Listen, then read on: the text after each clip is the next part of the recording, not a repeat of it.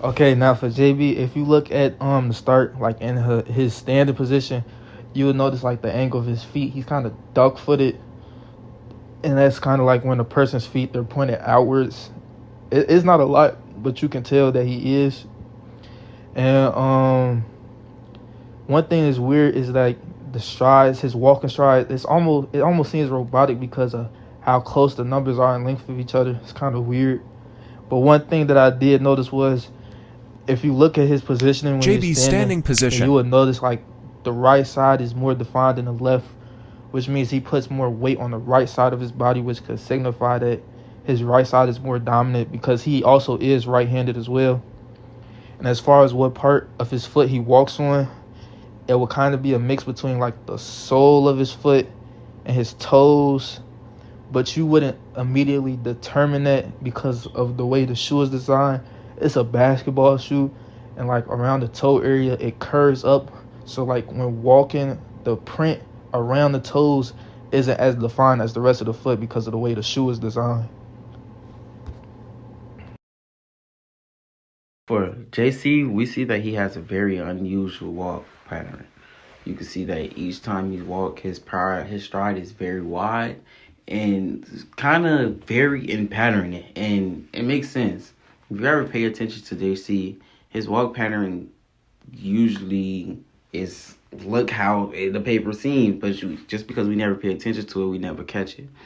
But even though we was able to see that he walks with his toes and is very visible to everybody, we see that there's a lot of weight pressed down on the superficial peroneal nerve, and that's crazy to me because you wouldn't think so. But when I went back to like walk and like make my own pattern of it, it makes sense because when you attempt to walk on your toes, you actually not just giving it all on your toes. You never is. You really giving it on the joints right below your toes. So the term walking on your toes or being pigeon-toed or whatever, it's not really very accurate and break down the description as it really should.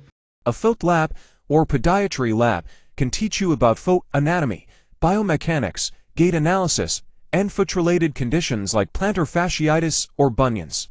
It's a valuable resource for understanding and addressing foot health and performance issues. On June 18, 2013, Aaron Hernandez, a former NFL player for the New England Patriots, came under suspicion after the death of his best friend, Odin Lloyd. Aaron was a lead suspect in the murder case due to being the last person seen with and in contact with Lloyd the night prior. Aaron was put on trial a week later on June 26 and charged with first-degree murder as well as 5 other gun-related charges. Lloyd's body was found in a park with numerous gunshot wounds to the back and the rest of his body, the park being located miles off from Hernandez's home. One of the main points of evidence linking Hernandez to the murder was footprints impressions found near the body at the scene of the crime. These impressions were compared to a pair of size 13 Air Jordan Retros, the style of shoe that Hernandez was last seen wearing the night of Lloyd's death.